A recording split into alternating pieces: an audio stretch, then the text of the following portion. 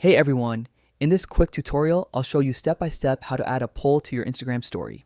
If you find this helpful, please like and subscribe to the channel. Let's get started. First, open the Instagram app. Now, tap on the plus icon at the top left corner of the screen. From the options, tap on Story. Take a photo or video or select one from your gallery. Once selected, tap on the sticker icon at the top of the screen. From the Stickers menu, tap on Poll. Now enter your question.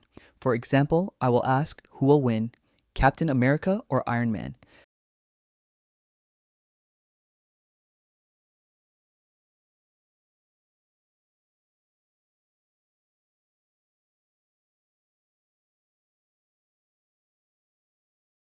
Customize the answer options if needed. Adjust the position of the poll on your story. Once done, tap on your story. Your poll will now be live for your followers. Now you have successfully added a poll to your Instagram story. Thanks for watching.